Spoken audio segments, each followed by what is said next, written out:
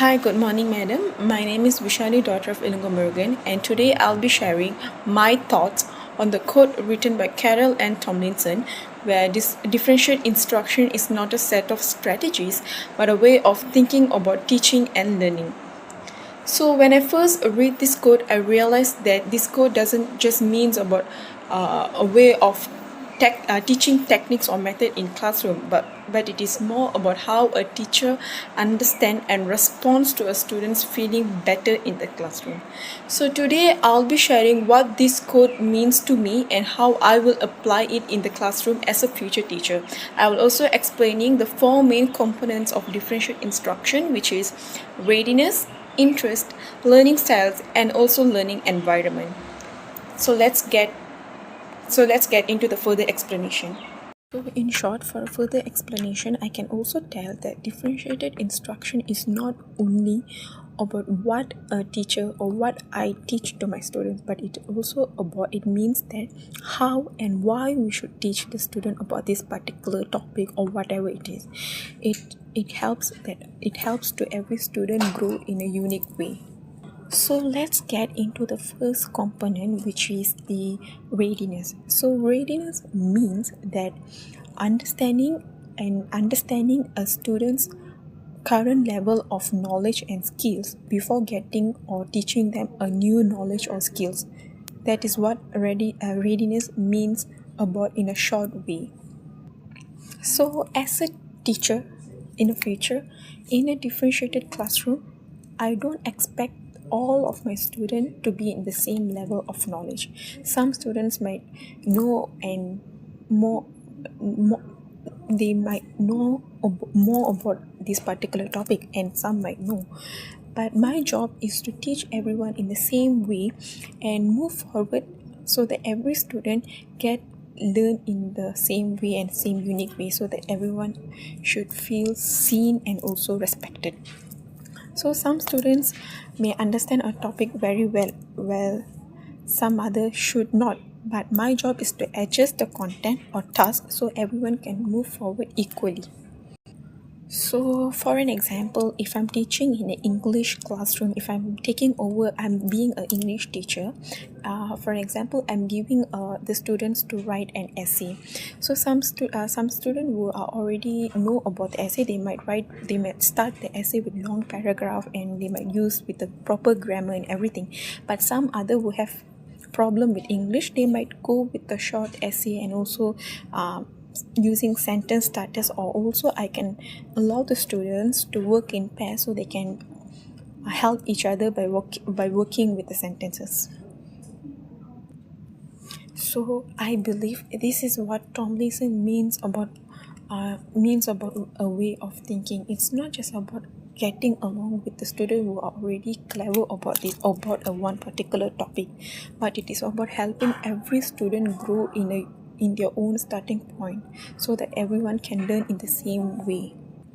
So to overcome this readiness problem, as a future teacher, I will use a quick assessment, classroom discussions, or also classroom observation before starting a lesson to see my students' readiness before I plan for a class lesson. So this way I can support and also challenge them fairly so that everyone feels seen and also everyone learn and grow in the same way. So next, let's get into the second component, which is interest. So when students are interested, they feel more motivated, and it makes them to focus in the classroom. So as a teacher, I can help the students by connecting lessons to the topic they are more interested to learn about. So many students have their own way of learning, so I can teach them according to their unique way of learning, so to boost their interest to learn about that particular topic on the class lessons. So for an example, to help students with this particular matter, if my student love music, I can ask my student to write a song or a poem about what they are learning. And also another thing, if my students are interested with sports, I can use sports example in maths or also in any type of language lesson to help them along with it. All this type of methods shows that as a teacher I respect their individuality and also care about what they really are interested about. So according to me personally, I feel all these methods does also connects to the Tomlinson's code, where differentiation isn't not just about academic needs, but it also about understanding our students understanding about our students' emotions, goals, and also their patience as a human being, respecting their patience, their emotions, and everything. So in overall, by applying all these methods and everything, these techniques, my classroom become a place where the student feels safe and seen and valued and respected as well. So that's the heart of differentiated mindset, where students should feel a classroom like a home, and they should be feel seen, valued, and everyone should be always treated equally. Let's get into the third component, which is the learning style. So these components we have learned a lot in a lot of these in more particular subjects, where education they really always talk about learning styles. So to explain it, learning style explains about where everyone learns differently, like every student have their own way of learning. This is what learning style is all about. For an example, we have visual, auditory, kinesthetic, and also hands-on task learners, where visual learners they learn through seeing an object, seeing a picture, seeing a video, and auditory learners they learn through discussion and hearing conversation, and kinesthetic learners they learn through hands-on tasks, where they need to move, act, or also they need to do any type of hands-on activities to learn better. This is what learning styles is all about. So to explain it more better and clearly, I would like to tell that a visual learner they learn better through seeing pictures or videos. So teachers can help them playing YouTube videos or anything to help them learn better. A auditory learner they might learn better through listening a song, discussions, or anything. So teacher can help them, the auditory learners, by playing songs or doing group discussions and everything. And a kinesthetic learner might need to move, act, or also get involved in the hands-on activities. So they can learn better through doing group projects or any types of activities. So this can help them learn better. So as a future teacher, if I use only one method to teach the entire classroom, I'm worried that some of my students will feel left out. So I need to mix my approaches, like using visual, auditory, and also real life activities together to help my students learn better in the classrooms.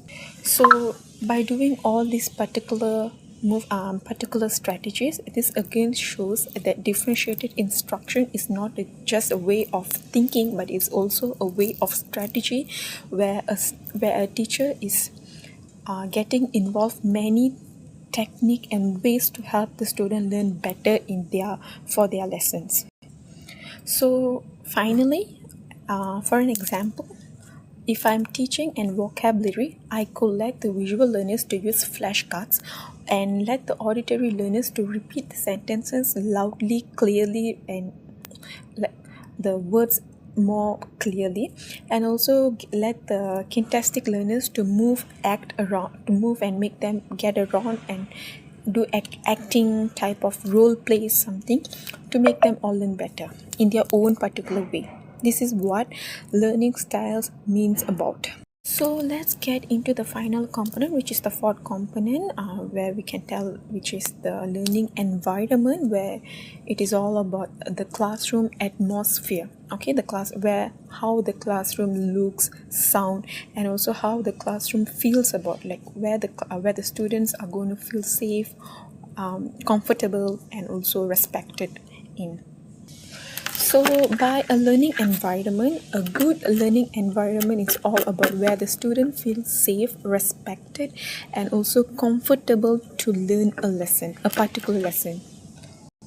So, a good environment makes the student motivated to learn. So, if for an example, if a student feel afraid, they don't usually participate in that particular classroom lesson. But if they feel supported and motivated to learn this one particular subject, they will be ready to take the risk and learn more about that one particular any type of lessons. So, it is very important for a classroom to feel safe, respected, and also always ensure that they are always comfortable and to go through what they've been going through. So, as a future teacher, I will always make sure that my classroom is feel respected. Everyone belongs, everyone are seen, and also students are always there to help each another. So to ensure and to create a safe learning environment, I will arrange a proper classroom seats for the students to work in teamwork. I will set the classroom rules so that every student are responsible and are able to follow the classroom rules. And also I will use positive words and action towards the students so that everyone feel belong, safe, and also everyone are motivated to learn with me inside the classroom. So this is what all learning environment is all about. So that explanation was a quick explanation about that 4 components, which is interest, readiness, learning environment, and also learning styles. So now I would like to share about my personal interpretation about this reflection.